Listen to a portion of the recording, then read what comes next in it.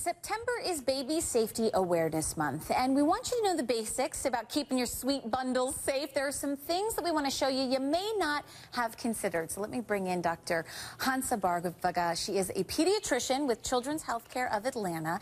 And good morning to you. Thanks for being with us. This is such an important segment because it's something that maybe to a seasoned parent out there, a couple things may be a duh, but to new parents and also caregivers, something as simple as what you put in the crib is serious information. So we've got, first of all, blankets and toys. You get these things at baby showers all the time. Absolutely. What's the rule about what goes in a crib?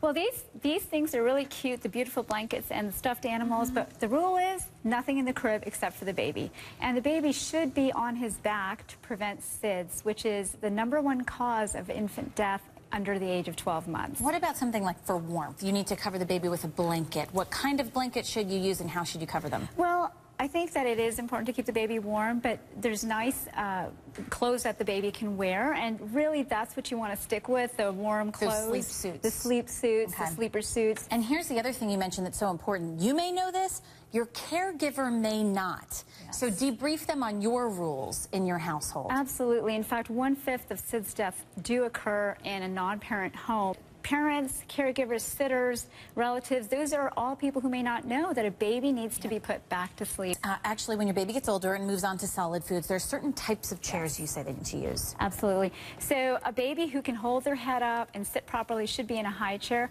But the key is to actually lock the baby up so they don't slip down from the seat. And so you say actually a lot of parents don't do this just out of ease or convenience? I think parents are busy. Yeah, and sometimes they just forget. So just be really mindful because those babies are wiggly and they definitely want to go somewhere else other than being locked down. So definitely do that. Let's talk about some choking hazards. We know these things have been flagged a lot, these laundry pods. What should you do to keep your child safe when it comes to these things? You know, when the baby gets mobile, they put everything into their mouth. And laundry pods, 11,000 calls to poison control centers last year.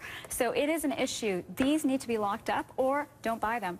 And if you decide to lock them up, lock them in a cupboard and put something like this, a cabinet lock, so that the baby can't open it. Or car seat safety. Take me through. This is sort of the infant and then for the toddler. Yes, car seats are extremely important to help prevent injury in children and keep them safe. So when they're little, they should be rear facing up to the age of 2 at least, unless they've outgrown the height and weight requirements of the car seat itself.